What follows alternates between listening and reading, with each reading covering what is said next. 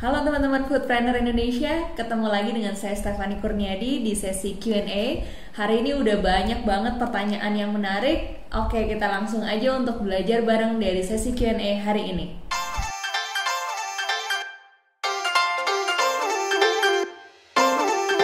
Oke, kita masuk ke pertanyaan berikutnya.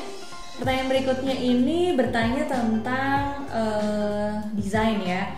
Font seperti apa yang cocok untuk bisnis kuliner? Oke, mungkin saya translate dulu ya. Mungkin nggak terlalu banyak atau misalnya nggak semua teman-teman foodpreneur tahu font kalau misalnya selama ini nggak berhubungan dengan dunia grafis gitu misalnya. Jadi font itu adalah jenis tulisan. Jadi jenis tulisan seperti apa sih yang cocok untuk bisnis kuliner? Oke, nah di sini saya akan bagi jadi dua pembahasan. Yang pertama itu adalah penggunaan si jenis tulisan itu, dan yang kedua seperti apa jenis-jenis tulisan yang cocok terhadap si kategori-kategorinya. Nah, yang pertama nih, jenis tulisan ini sebetulnya bisa digunakan oleh bisnis kuliner di banyak hal. Yang paling basic yang berhubungan dengan identitas brand kita tentu aja adalah logo. Jadi penggunaan jenis tulisan yang ada di logo bisa jadi ketentuan ataupun rekomendasinya itu berbeda dengan jenis tulisan yang kita gunakan untuk hal lain. Misalnya hal lain itu adalah desain grafis ya. Desain grafis ini kan bisa dipakai di macam-macam. Bisa dipakai di dekorasinya outlet kita. Kemudian desain grafis juga bisa dipakai untuk desain-desain di sosial media kita misalnya. Jadi jenis-jenis tulisan ini bisa beda-beda standarisasi dan ketentuannya. Nah, kita bahas untuk yang pertama dulu ya, untuk yang di logo. Nah, jenis tulisan yang saya rekomendasikan untuk ada di logo itu sebetulnya adalah yang mudah dibaca, karena ini sangat-sangat berhubungan dengan alasan logisnya. Kenapa? Karena pada saat konsumen kita ini melihat logo kita, itu udah pasti mereka tuh hanya punya sepersekian detik aja. Misalnya mereka lihat logo kita di pelang nama toko kita misalnya. Jadi konsumen kita lagi naik motor atau enggak dia lagi naik mobil, kemudian dia lewatin outlet kita, kemudian dia sekilas lihat logo kita kan, baik itu di pole sign ya. Pole sign itu adalah pelang yang kita lihat pada saat kita mengemudi. Kemudian ada juga desain utamanya bangunan kita. Nah, sebetulnya memang konsumen pasti hanya akan melihat sekilas aja karena dia lagi naik motor atau dia lagi naik mobil. Jadi kalau misalnya logo kita ini menggunakan jenis tulisan yang mudah terbaca, walaupun hanya sepersekian detik, itu pasti dia akan bisa baca gitu. Tapi banyak kesalahan-kesalahan juga yang masih terimplementasi saat ini di beberapa bisnis kuliner adalah logonya ini menggunakan jenis tulisan yang susah terbaca gitu. Jadi karena si konsumennya hanya punya sepersekian detik, jadi ya udah aja nggak kebaca apa-apa gitu ya, karena jenis tulisannya yang dipakai ini susah dibaca. Nah, jenis tulisan yang susah dibaca itu beberapa diantaranya tuh misalnya satu, menggunakan huruf sambung ya. Jadi memang orang itu jauh lebih bisa cepat membaca tulisan yang bukan tulisan sambung. Jadi tulisan sambung tuh butuh waktu lebih lama orang untuk membacanya. Kemudian jenis tulisan juga ada yang berkaki dan ada yang tidak berkaki. Jadi kalau berkaki itu cenderung lebih lama juga dibacanya dibandingin yang tidak berkaki. Jadi kalau misalnya menggunakan jenis tulisan dan kita pengen tulisan itu cepat dibaca, terutama di logo, itu adalah kita menggunakan yang bukan tulisan sambung dan tidak berkaki.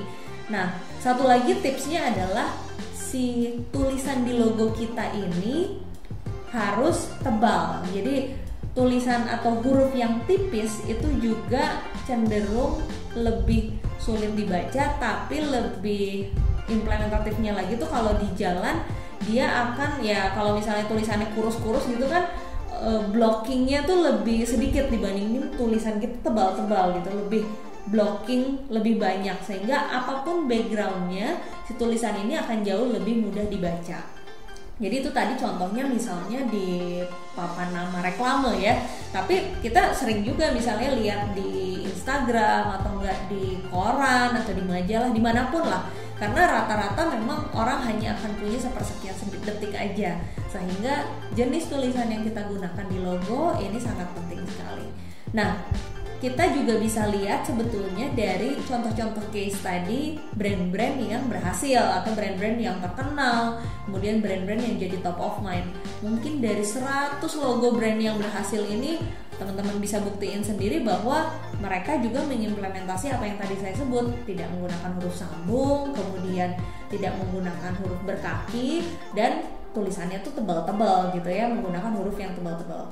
Untuk huruf yang berkaki seringkali masih juga bisa digunakan, tapi huruf berkaki juga macam-macam ya. Ada yang rumit banget gitu ya, sampai kayak tulisan Romawi, tapi ada juga huruf berkaki yang cenderung lebih sederhana. Jadi kalaupun kita mau menggunakan huruf berkaki, kita pilih yang lebih sederhana, dan jangan lupa faktor yang ketiga tadi ya, jadi hurufnya itu harus tebal atau bold, sehingga visibility-nya pun akan jauh lebih terbaca. Nah, itu tadi tips untuk menggunakan jenis tulisan pada logo. Nah, kita masuk ke yang lebih detail lagi. Selain logo, tentu kan komunikasi dari brand kita ini juga ada di dalam berbagai desain lain ya. Ada desain grafis yang tadi saya bilang. Desain grafis ini bisa dibuat di dekorasinya store kita, tapi lebih sering desain grafis ini sebetulnya dibuat untuk komunikasi. Jadi kalau misalnya dulu waktu konsumen itu lebih banyak lihat informasi dari majalah atau koran, berarti desain grafis ini adanya di majalah atau koran tersebut. Tapi karena sekarang konsumen kita ini banyak melihat informasi ataupun brand dan lain-lain itu dari social media, berarti desain grafis ini banyak kita gunakan di social media, misalnya Instagram. Nah, desain grafis yang kita pakai di Instagram tentu tidak perlu sekaku, oh kalau gitu semua jenis tulisannya tuh harus sama dengan jenis tulisan logo kita gitu ya misalnya. Nah, tidak seperti itu, tapi yang perlu kita tentukan adalah karakter yang ingin kita munculkan dari brand kita. Misalnya kita pengen karakternya ini lebih ke arah casual misalnya ya. Jadi paling ideal adalah kita menentukan 1-3 jenis font atau jenis tulisan yang kita gunakan sebagai brand identity kita. Biasanya itu dibagi menjadi 3 ya. Pertama itu adalah headline, kemudian sub headline, dan yang ketiga adalah body text. Jadi kita selalu tentukan tuh, pokoknya kalau ada headline selalu menggunakan jenis tulisan ini. Kalau ada sub headline selalu menggunakan jenis tulisan ini. Kalau misalnya body text selalu menggunakan jenis tulisan ini. Jadi desain grafis yang kita implementasi, mau itu ada di social media ataupun di store, atau kita bikin flyer atau bikin spanduk atau bikin poster, itu selalu menggunakan jenis tulisan yang udah kita tentukan. Jadi variasinya ada 1-3 jenis tulisan. Kenapa kita perlu ada variasi? Tentu saja supaya desain grafisnya tetap bagus ya, tidak monoton, kemudian tidak kaku. Jadi kita bisa mengkombinasikan antara 3 jenis tulisan ini di berbagai desain grafis yang kita punya.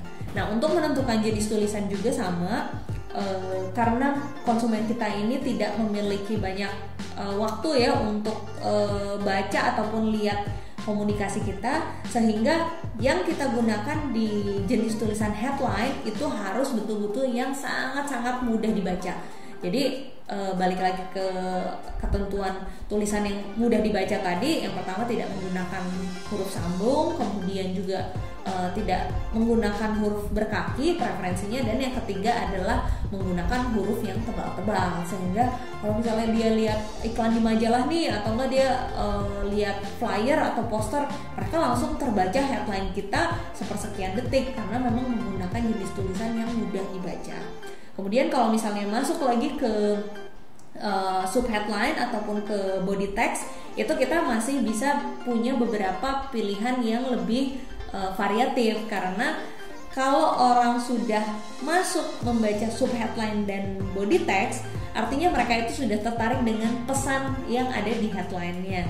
Jadi pokoknya PR utama itu adalah headline aja, sehingga orang bisa tertarik, kemudian ada makan 1000 piring gratis nih, kapan ya? Baru dia baca sub headline-nya, kemudian dia baca body text-nya.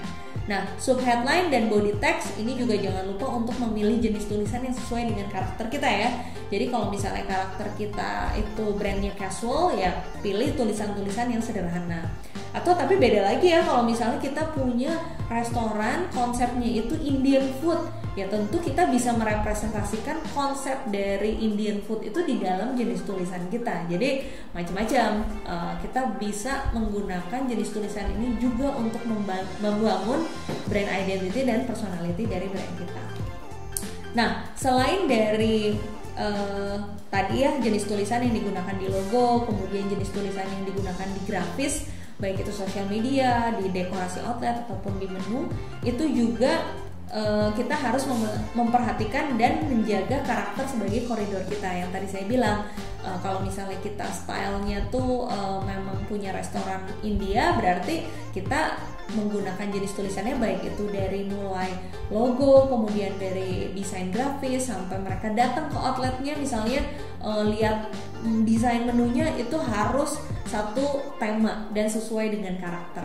Makanya kita perlu menentukan jenis-jenis tulisan apa aja sih yang hanya digunakan untuk brand kita, supaya kalau misalnya desainer kita ganti-ganti, kadang kita pakai outsource dari vendor atau enggak kita punya desainer sendiri tapi desainernya berganti, itu tidak ada masalah, tidak akan mempengaruhi desain kita. Kenapa? Karena kita sudah menentukan koridor terutama dari jenis tulisan yang akan kita gunakan. Jadi itu adalah tipsnya gimana caranya untuk memilih jenis tulisan yang cocok untuk bisnis kuliner teman-teman. Oke, itu dia tadi berbagai pertanyaan yang menarik dan kita semua udah belajar bareng dari jawaban-jawabannya. Semoga semuanya bermanfaat dan kita bisa sukses terus.